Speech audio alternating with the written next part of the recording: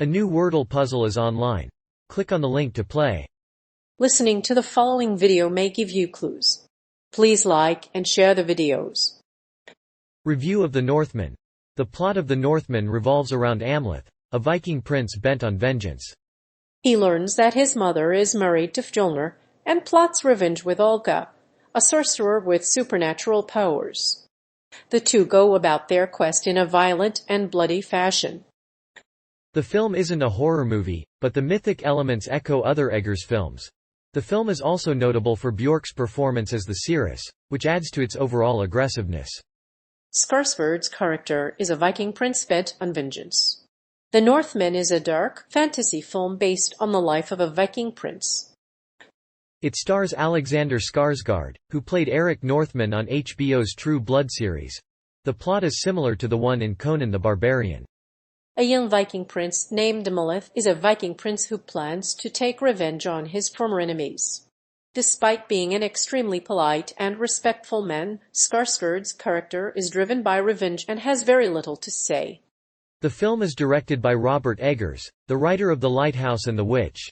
The film follows the life of a Viking prince named Amleth, Alexander Skarsgård, who witnesses the murder of his father and his mother and vows to seek vengeance on his uncle Fjolnir, who murdered his mother. The murderous uncle is responsible for the destruction of the family, and Amleth flees from his homeland to take revenge on his enemy. Skarsgård has been acting for years, starting as a child in Sweden. However, he stepped back from it as a teenager due to discomfort with the attention.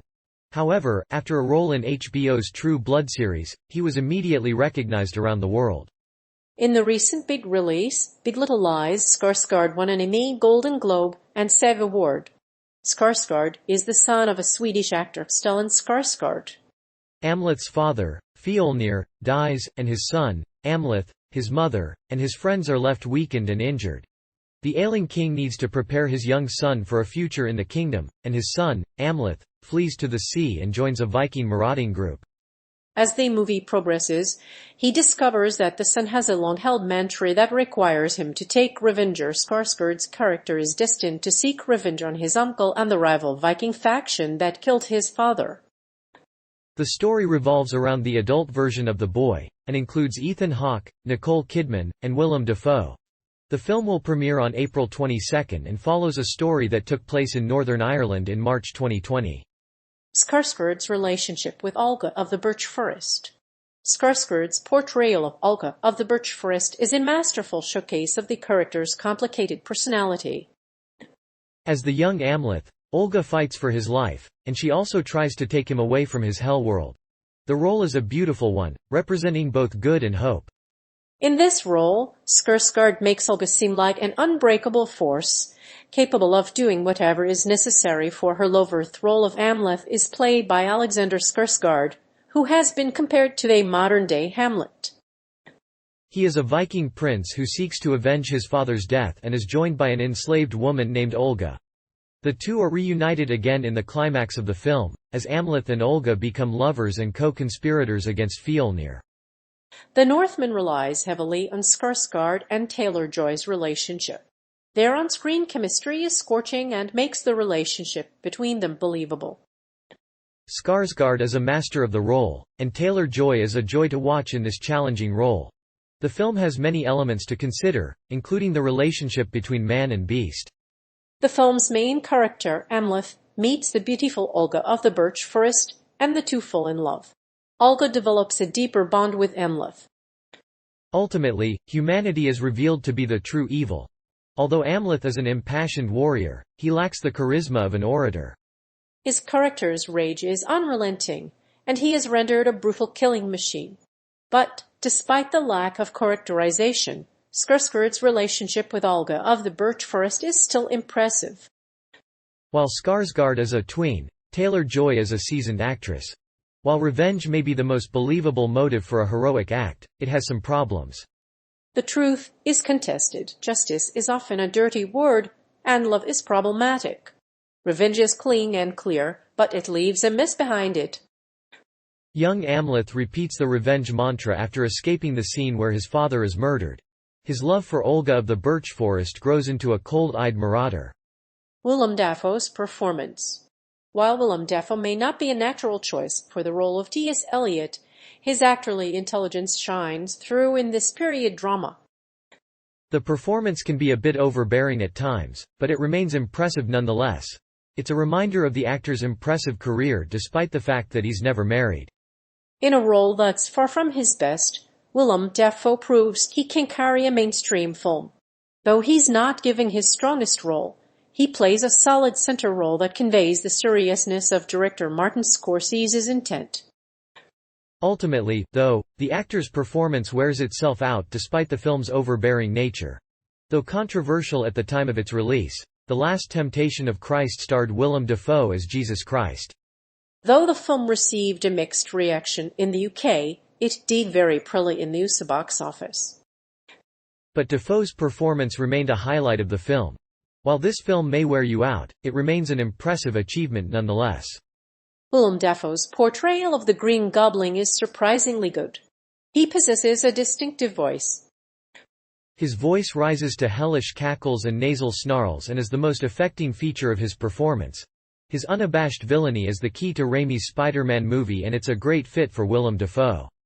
Willem Dafoe's Green Goblin performance is a bit repetitive, but the actor's presence as the iconic villain is still impressive. The performance may be overkill for some, but Dafoe's dedication and determination to the role make it worth watching.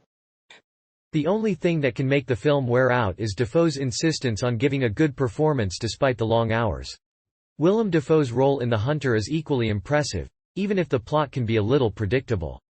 The actor's role as an extinct animal is not an easy one to pull off, and his character must grapple with his conflicting emotions.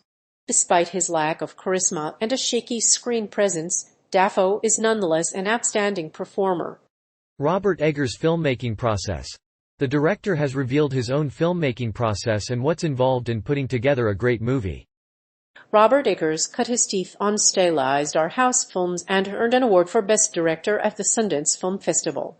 His latest feature, The Lighthouse, stars Robert Pattinson and Willem Dafoe and decamped from the mainstream to streaming services. Among the secrets to his success are the following. First, he carefully researched the period setting. In the which, for example, the clapboard farmhouse was constructed with furrows and drawknives. Circular saws didn't exist in 1630s New England. Eggers enjoys recreating these worlds, but this research doesn't necessarily translate into a tentpole film. The filmmakers also have to adhere to studio requirements. Second, he honed his craft. Eggers has a keen eye for details and takes cues from his research.